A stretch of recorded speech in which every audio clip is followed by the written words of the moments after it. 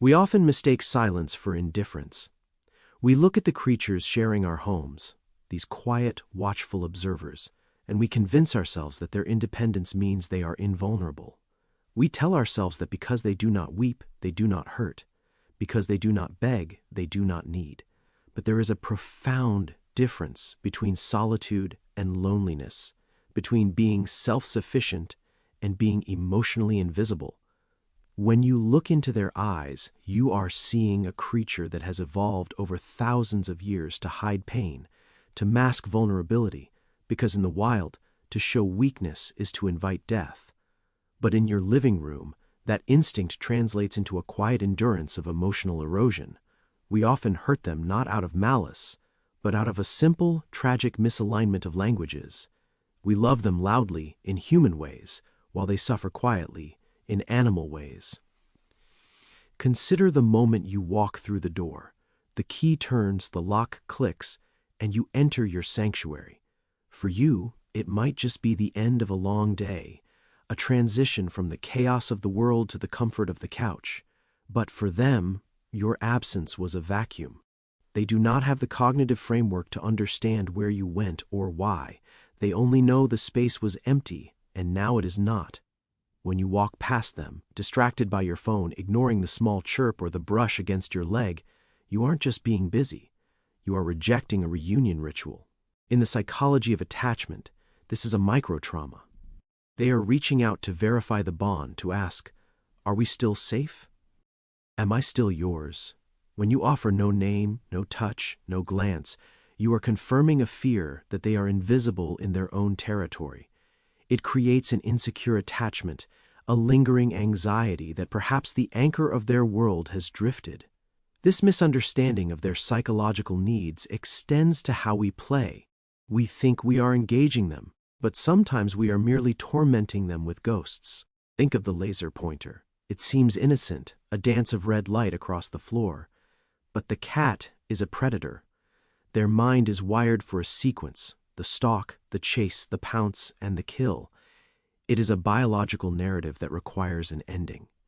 When they chase a light that can never be caught, that has no scent and no substance, we trap them in a loop of dopamine and frustration. It is a story with no final chapter. They chase and chase, but the victory never comes. Over time, this unresolved tension builds into a neurosis, a feeling of perpetual failure. To heal this, we must let them win. We must replace the ghost with a solid toy, something they can bite and capture, allowing the cycle to close, letting them feel the satisfaction of the hunt rather than the anxiety of the never-ending chase. We also violate their boundaries in the name of affection. We assume that because we want to hold, they want to be held. But touch, without consent, is not love, it is control. Every cat has a map of safety written on their body. The cheeks, the chin, the ears, these are usually invitations, but the belly, the paws, the base of the tail, these are often vulnerable protected zones. When we ignore their flinching, their ears flattening, or the twitch of their tail, and we continue to touch them in ways that overstimulate or frighten them, we become unsafe. We teach them that their body is not their own. It creates a subtle defensive wall. They might tolerate it because they are small and you are large, but tolerance is not enjoyment. Real intimacy is found in respecting the no, in stopping before they have to scratch, in letting them come to you. And then there is the sanctuary of space. We forget that for a cat, territory is security. When the world becomes too loud, too bright, or too chaotic, they retreat. They find the high shelf, the dark box, the space under the bed. This isn't just hiding, it is emotional regulation. It is their way of decompressing. When we drag them out of these spaces, to show them to a guest, or because we want to cuddle, we are tearing the roof off their safe house. We are telling them that there is nowhere in this world where they can truly rest. If you see them retreat, let them go. Let them be the ghost in the room for a while. By protecting their solitude, you are actually protecting their trust in you. If you are beginning to realize that you may have unknowingly crossed these invisible lines, you are not alone. We all carry the weight of what we didn't know. If you want to understand, the deeper language of these quiet companions. Joining this community might help us both learn to listen better. But perhaps the most damaging bridge we burn is through the use of fear. We call it discipline, but often it is just confusion. A cat does not process punishment the way a human child might. They do not connect the water spray or the raised voice with the scratched sofa from 5 minutes ago.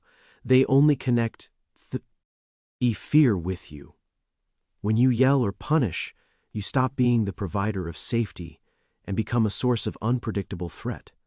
The furniture doesn't stop getting scratched. The cat just learns to scratch it when you aren't looking, all while living in a state of low-level chronic stress. This stress manifests as illness, as hiding, as aggression. Instead of conflict, we need redirection. We need to ask why the behavior is happening. Is it boredom? Is it anxiety? And address the root, rather than attacking the symptom. We must also remember that they live in a world of amplified senses. Our homes are cacophonies of noise, the television, the shouting, the slamming doors. To a cat whose hearing is tuned to the rustle of a mouse in the grass, our normal volume is a sensory assault. Living in a constantly loud environment is akin to living next to a construction site. It frays the nerves.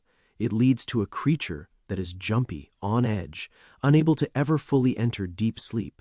Creating quiet zones, lowering our voices, and being mindful of the acoustic atmosphere is a form of empathy, and in this noise, we often fail to hear them speaking. We think because they don't use words, they aren't talking, but the slow blink is a sentence. The rubbing against your shin is a paragraph. The specific tone of a meow is a plea.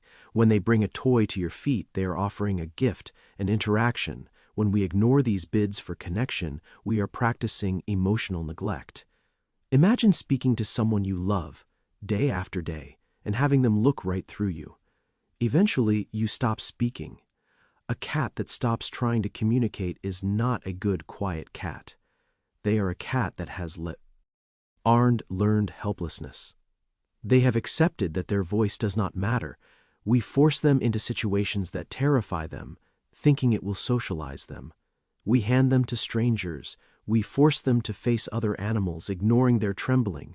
But confidence is built through agency, not force. They need to approach at their own speed. They need the option to flee. When we take away the exit, we replace curiosity with panic. Finally, we must consider the air they breathe. Their world is olfactory. Scent is their primary way of understanding reality. We scrub our homes with bleach, we plug in artificial fragrances, and we fill their litter boxes, their most vulnerable space, with heavily scented sands. To us, it smells like lavender or fresh linen. To them, it is a chemical blinding. It masks the familiarity of their own scent, which is their marker of home. It disorients them. It makes their own bathroom a place of sensory overwhelm. These habits, these small everyday oversights, they are not crimes of malice. They are failures of imagination. We forget to imagine what it is like to be small, to be sensory, to be captive. But the beautiful thing about the bond between human and animal is its resilience. It is never too late to change the frequency. You can start today. You can stop the laser. You can lower your voice. You can wait for them to come to you. You can look at them when you walk in the door and say, "I see you. I am here." In doing so, you transform from a mere owner into a guardian, a safe harbor in a chaotic world. You turn the invisible walls into bridges. And in that quiet understanding, in that soft, respectful silence, you will find a love deeper than you ever knew was possible.